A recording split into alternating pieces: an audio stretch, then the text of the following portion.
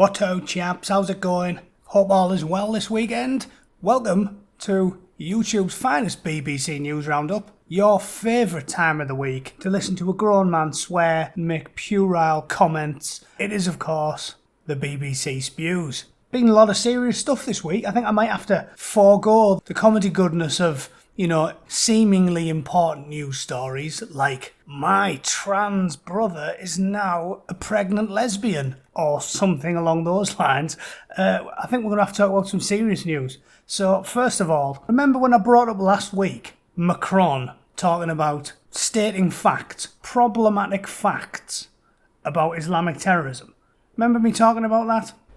So I did that last Sunday. I've talked about this with you guys now. This is total bollocks. He's told them what he wants. He's told them why he needs to do it. He's told them what the issue is. And they just want to stick their fingers in their ears, as usual, fields before reels, and just go, it's not happening, everything's fucking fine. Everything's fine, fuck it, it'll be sorted. They're only occasionally scattering children up the walls of fucking stadiums. Well, lo and behold, the lefties were crying about it, saying, oh my god, I can't believe he's brought up an inconvenient fact. As if it's always the same thing. As if whenever you talk about this, you're making a mountain out of a molehill. That's what they want to talk about. You're making a mountain out of a molehill. We're not making a mountain out of a molehill. We're making a fucking molehill out of a mountain. We're making an anthill out of a fucking ant farm. That wasn't even a good analogy. The point is, it's the exact opposite of the truth. So the teacher's been beheaded in a suburb northwest of the French capital. Fuck me. Not a small issue, is it? It's kind of weird that we seem to spend more time now worrying about fucking platitudes than people getting the fucking heads lopped off in the middle of formerly civilised European cities. Like, have you noticed? It hasn't been that big of a story. Like, it's not front and centre on every page you got. They're more interested in like, oh look, Joe Biden's son's a lying little shit. Or, oh, we might not have a Brexit deal. It's like you've just had a bloke get his fucking nut lopped off in the middle of Paris. And people like, well, shit happens. I guess as Sadiq Khan says, it's all part and parcel living in a big city. It isn't. It isn't.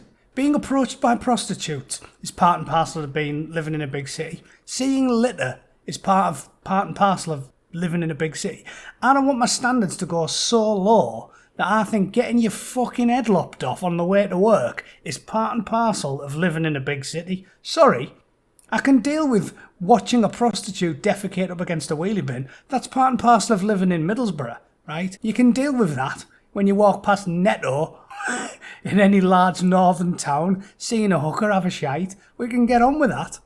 I don't want to give up and just throw my hands up and say, well, it's part and parcel. It isn't, Sadiq, you fucking numbnut. Anyway, let's not go off on a tangent about that fucking whopper, because I hate him. It says the victim is said to have shown cartoons of the Prophet Muhammad to his students.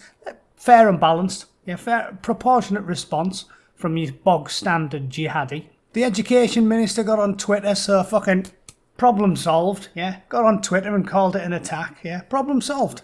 He said unity and firmness were the only responses.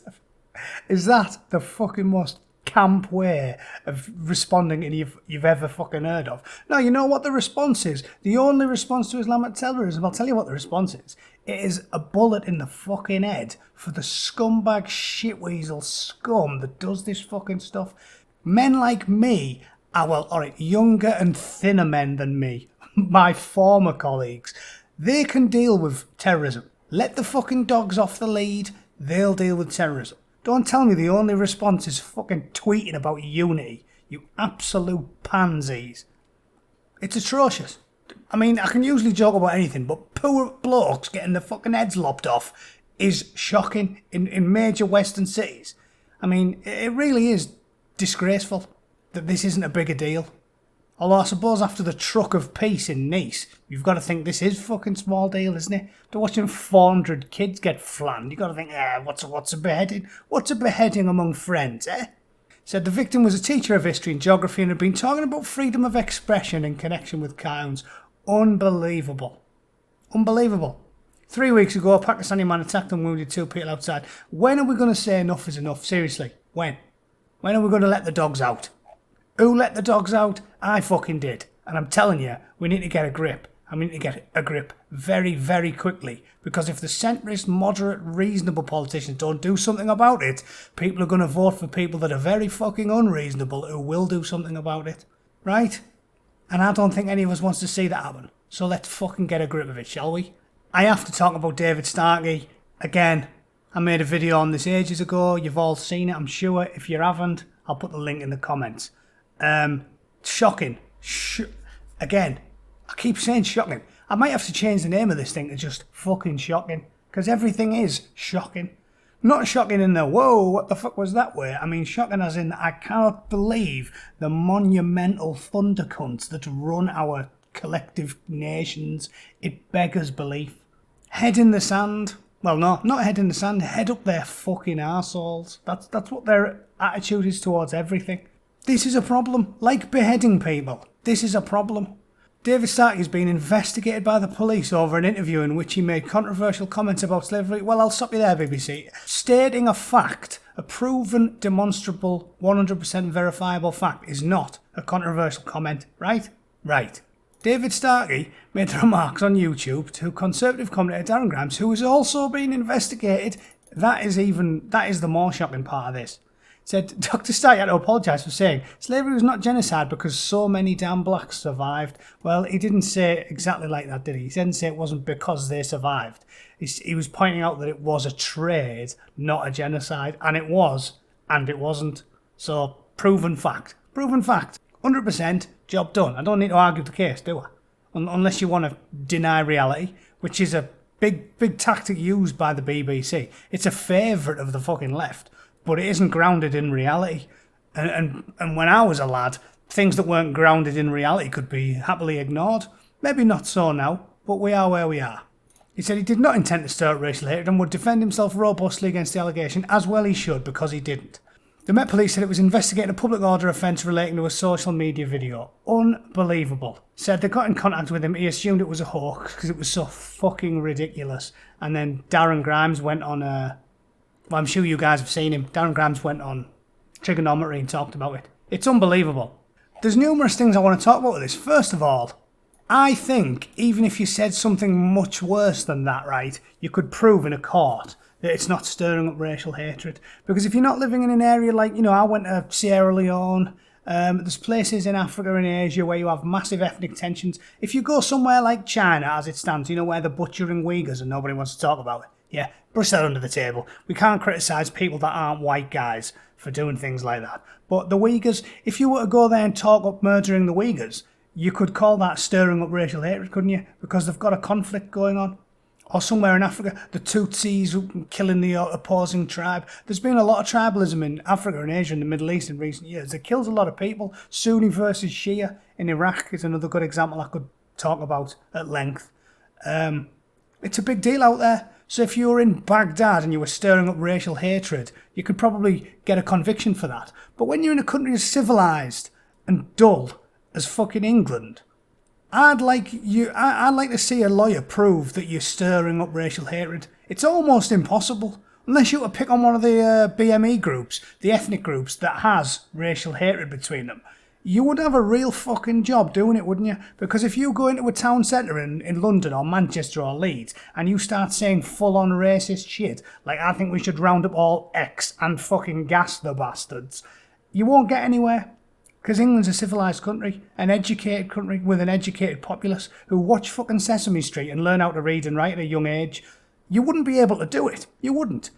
99% of people would hear full-blown racial hatred and attack the person saying it. So how can you prosecute him for stirring up racial hatred when he didn't stir up any? Did he? He didn't. Nobody heard that and went, right, I'm off to fucking kick some fucker to death, lads. I've just heard a historian telling me to do it. Nobody did that. If you can prove that he didn't stir up any racial hatred, how do you prosecute someone for it?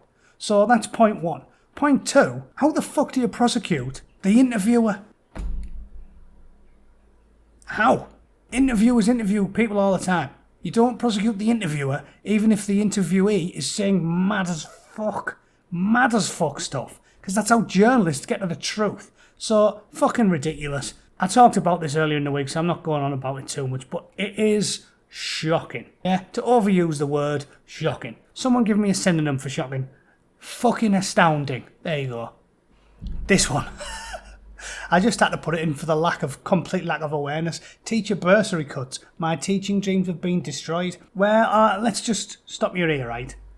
If I was getting interviewed by the BBC and they said, give us a photo for your story and I want to be a teacher, I don't think I'd go for the lap dancer look. Personally, I don't think I'd whop my cock out and send them a photograph of me banging my dick piercing against the fucking banister. I don't think that'd go down too well. What was she thinking if she wants a teaching career and she makes herself look like, where's she going? A fucking titty bar? Or am I just being... Let me know, do you think I'm being a bit, conservative there? I don't even think I am conservative. I've got nothing against titty bars or lap dancing clubs or prozzies or anything else. But I think there's a certain level of common sense required when you go to an interview, right? If I'm going to a job interview, I'd wear a nice tweed jacket or a two-piece suit or something. Don't want to overdo it, right? Not going to a wedding. You could even go for smart casual depending on what the job is. But when you're going to go on the BBC because you want to be a teacher, I don't think you should look like you're about to shake your muff in someone's fucking grid. I don't think you should look like Ariana Grande on a particularly risque video. So I don't know what she's doing there. So Courtney said her dreams of Cambridge University have been completely destroyed. I reckon you might have helped do that yourself, love. Government money to fund student teachers has been cut. Well, because we've got no money, right? You can't get blood out of a stone. We've got less money than a fucking Icelandic banker about 10 years ago. They're cutting teaching bursaries for art, English and humanities. Yeah, because this is linked to the video I made the other day, isn't it? At the end of the day, those subjects will take care of themselves, won't they? They will. I don't think we'll ever have a shortage of arts teachers because everyone wants to do something that they enjoy rather than boring drudgery. We're not short of arts degrees. We're not short of them. But we need help in other areas.